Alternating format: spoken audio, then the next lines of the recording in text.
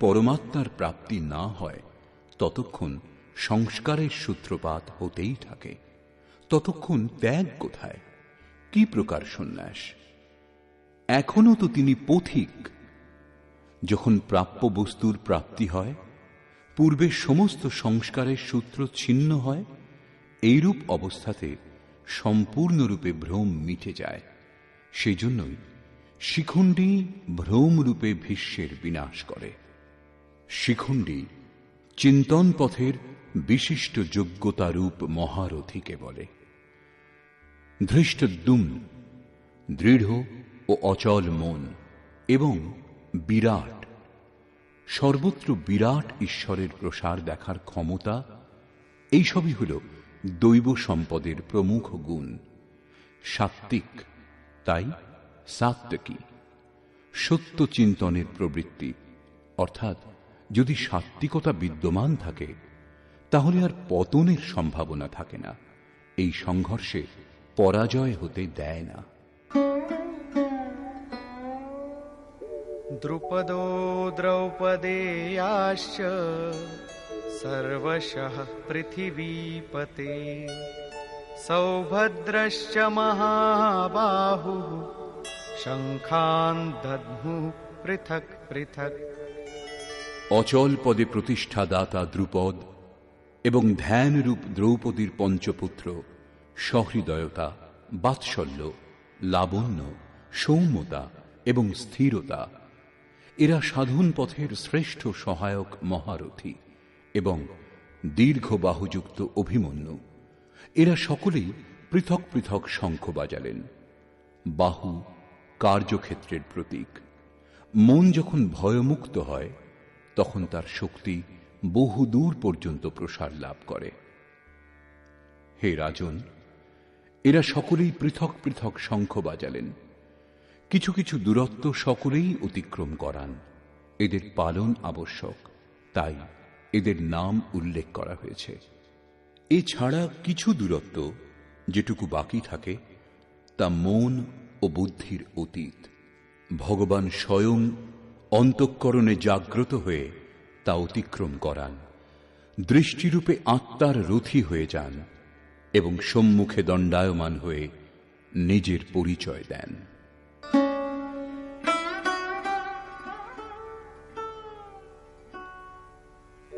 সঘোষোধার্তরাষ্ট্রাণাম হৃদয়ানি ব্যদারয়ৎ নভশ্চ পৃথিবীম চৈব তুমুলো ব্যনুনাদয়ন।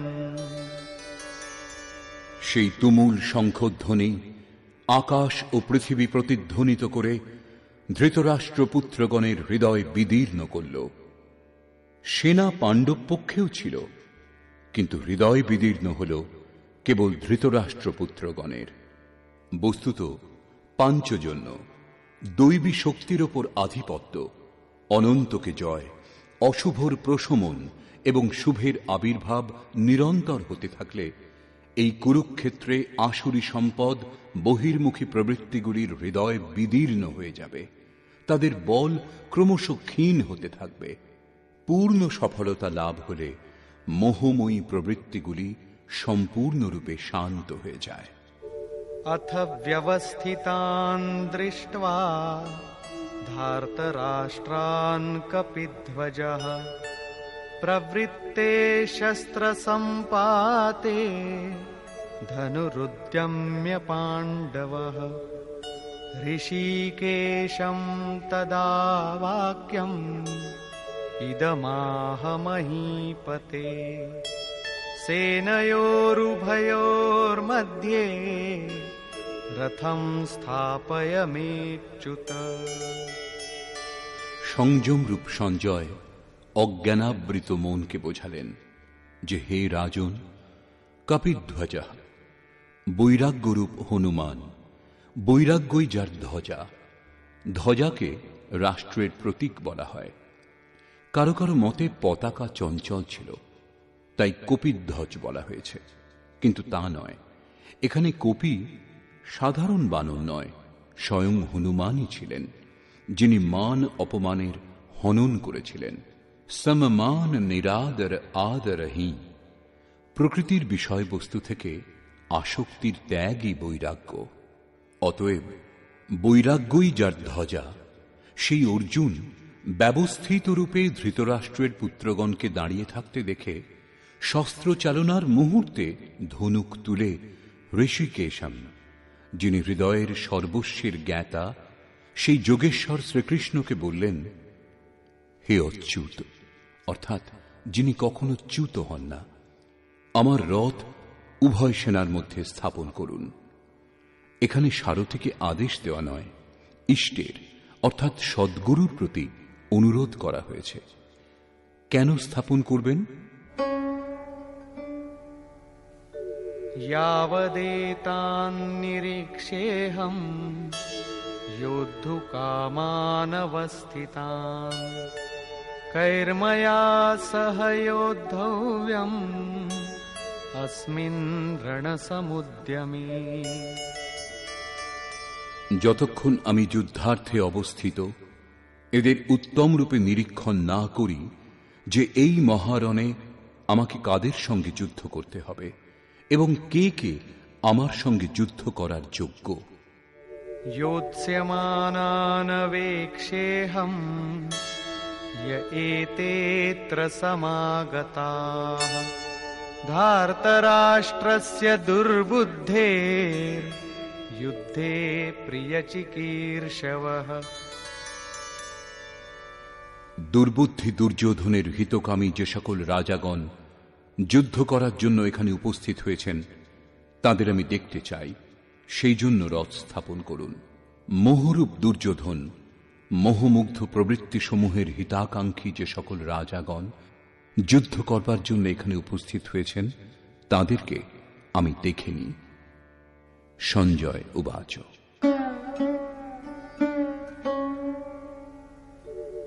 एवमुक्तो ऋषिकेशो गुडाकेशेन भारत सेनयोरुभयोर्मध्ये स्थापयित्वा रथोत्तमम् भीष्मद्रोणप्रमुखतः सर्वेषां च महीक्षिताम् उवाच पार्थ पश्यैतान् সমবেতান কুরু নীতি।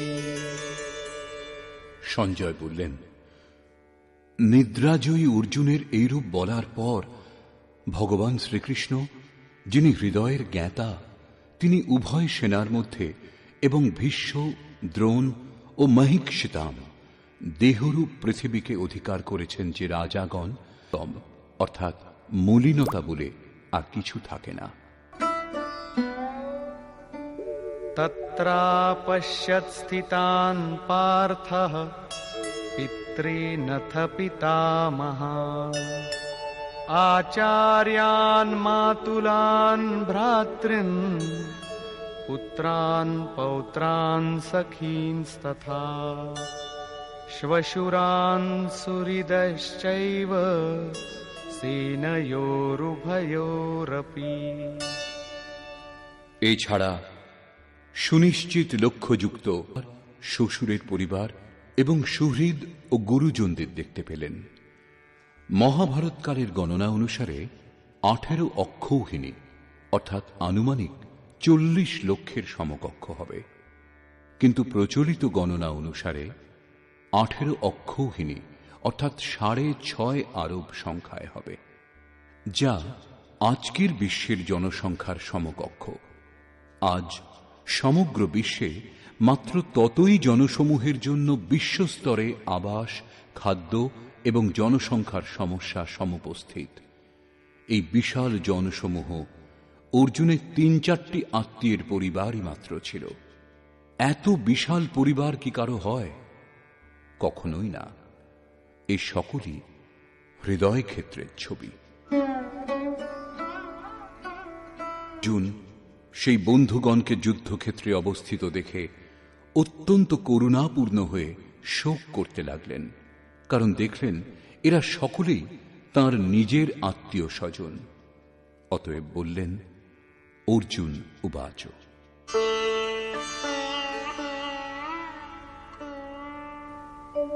दृष्ट्वेमं स्वजनं कृष्ण युयुत्सुं समुपस्थितम् सीदन्ति मम गात्राणि मुखं च परिशुष्यति वेपथुश्च शरीरे मे रोमहर्षश्च जायते। হে কৃষ্ণ, আত্মীয় স্বজনকে যুদ্ধার্থ উপস্থিত দেখে আমার অঙ্গ প্রত্যঙ্গাদি অবসন্ন, আমার এখানেই শেষ নয়। गाण्डीवं स्रंसते हस्तात् त्वक्चैव परिदह्यते न च शक्नोम्यवस्थातुं भ्रमतीव च मे मनः। আমার হাত থেকে গান্ডীব খসে পড়ছে এবং চর্ম যেন দগ্ধ হচ্ছে। অর্জুন সন্তপ্ত হয়ে উঠছেন যে এই যুদ্ধ কি ধরনের, যার মধ্যে শুধু স্বজনই দাঁড়িয়ে।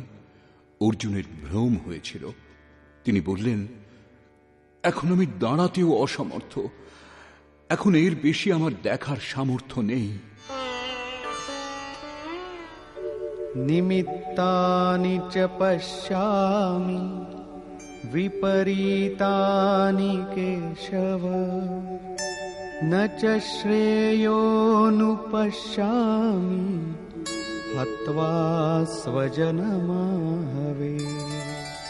হে কেশব, এই যুদ্ধের লক্ষণও বিপরীত দেখছি। যুদ্ধে আত্মীয়দের হত্যা করলে মঙ্গল হবে এও দেখি না। কুলকে বধ করলে কল্যাণ কিরূপে সম্ভব?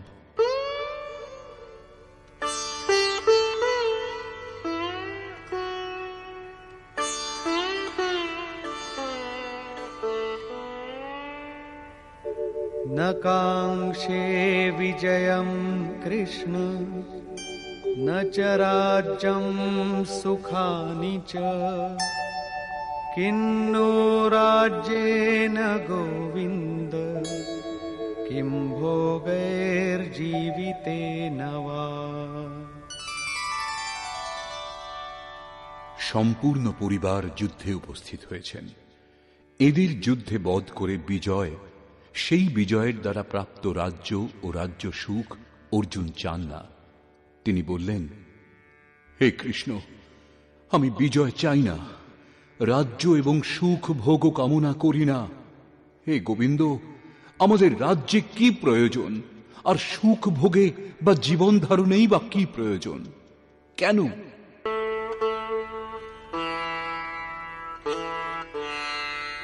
येषामर्थे काङ्क्षितं नो राज्यं भोगाः सुखानि च तैमेव स्थिता युद्धे प्राणांस् त्यक्त्वा धनानि च।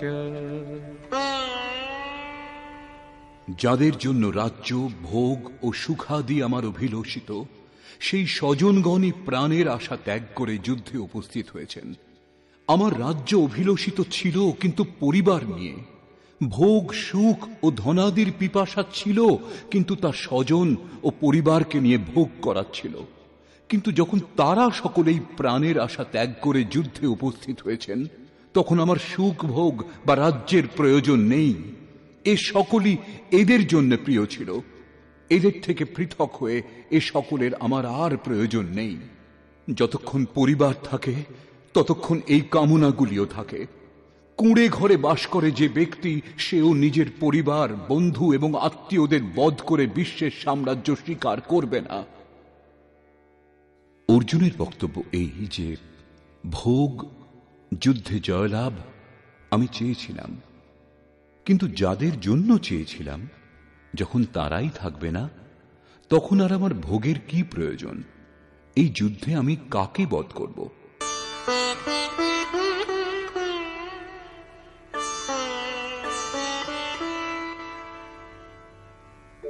आचार्याः पितरः पुत्राः तथैव च पितामहाः मातुलाः श्वशुराः पौत्राः शालाः सम्बन्धिनस्तथा। এই যুদ্ধে আচার্যগণ, পিতৃব্যগণ, পুত্রগণ, পিতামহগণ, মাতুলগণ, শ্বশুরগণ, পৌত্রগণ, শ্যালকগণ এবং স্বজনগণই উপস্থিত হয়েছেন।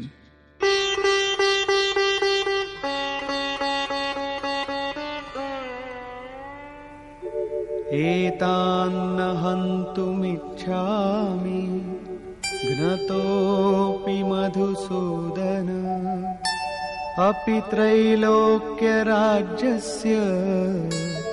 हेतोः किन्नु मही कृते। হে মধুসূদন, এরা আমাকে বধ করলেও ত্রৈলোক্য রাজ্যের জন্য আমি এদের বধ করতে চাই না। পৃথিবী মাত্র রাজ্যের জন্য কি কথা। 18 অক্ষৌহিনী সেনার মধ্যে অর্জুন কেবল নিজের পরিবারকেই দেখতে পেয়েছিলেন। এত অধিক স্বজন বাস্তবে কারা? বস্তুত অনুরাগী অর্জুন। সাধন ভজনের শুরুতে প্রত্যেক অনুরাগী সম্মুখে এই সমস্যাই দেখা দেয়। সকলেই চায় সাধন ভজন করে পরম সত্যকে লাভ করতে, কিন্তু জ্ঞানী সদ্গুরুর সংরক্ষণে অনুরাগী সাধক যখন ক্ষেত্রজ্ঞের সংঘর্ষ অনুভব করেন, তাকে কার কার সঙ্গে যুদ্ধ করতে হবে বুঝতে পারেন, তখনই হতাশ হয়ে পড়েন। তিনি চান তার পিতার পরিবার, শ্বশুরের পরিবার, মামার পরিবার, সুহৃদ, বন্ধু এবং গুরুজন সবাই সঙ্গে থাকুন, সকলেই সুখী থাকুন এবং এদের সকলকে সুস্থিত করে তিনি পরমাত্মস্বরূপ লাভও করে নেবেন। কিন্তু যখন জানতে পারেন আরাধনার পথে অগ্রসর হতে হলে পরিবার ত্যাগ করতে হবে, এই সম্বন্ধগুলির মোহ থেকে মুক্ত হতে হবে, তখনই তিনি অধীর হয়ে ওঠেন। পূজ্য মহারাজজি বলতেন, মৃত্যু হওয়া এবং সাধু হওয়া একই ব্যাপার। সাধুর জন্য এই পৃথিবীতে কেউ জীবিত থাকলেও গৃহ সম্বন্ধীয় কেউই থাকবে না। যদি থাকে তাহলে সম্বন্ধ বিদ্যমান, মোহ শেষ হয়েছে কোথায়? পূর্ণ ত্যাগ অর্থাৎ সম্বন্ধের অস্তিত্ব বিলীন হবার পরেই সাধক জয়লাভ করেন। এই সম্বন্ধগুলির প্রসারই জগৎ, অন্যথা জগতে আমার বলে কি আছে? তুলসীদাস কহ চিদ বিলাস জগ বুঝত বুঝত বুঝে, অর্থাৎ মনের প্রসারই এই জগৎ। যোগেশ্বর শ্রীকৃষ্ণ মনের প্রসারকেই জগৎ বলে সম্বোধন করেছেন। যিনি এর প্রভাব রোধ করতে সক্ষম হয়েছেন, তিনি চরাচর বিশ্ব জয় করেছেন। ইহৈব তৈর্জিতঃ সর্গো এষাম সাম্যে স্থিতম মনঃ। এমন কথা নয় যে কেবল অর্জুনই অধীর ছিলেন। সকলের হৃদয়েই অনুরাগ আছে। প্রত্যেক অনুরাগী ব্যাকুল হন। আত্মীয় স্বজনের স্মৃতি তাকে ব্যাকুল করে। সাধনার আরম্ভে প্রত্যেক সাধক চিন্তা করেন যে ভজন করে কিছু লাভ হলে এদের সঙ্গে তা ভোগ করা যাবে, সকলেই সুখী হবে। কিন্তু যখন এরা সঙ্গে থাকবে না, তখন সুখের আর কি প্রয়োজন? অর্জুনের দৃষ্টি রাজ্য সুখ পর্যন্তই সীমাবদ্ধ ছিল। তিনি ত্রিলোকের সাম্রাজ্যকেই সুখের পরাকাষ্ঠা ভেবেছিলেন। এর বেশি কোনো সত্য আছে একথা অর্জুন এখনো জানেন না।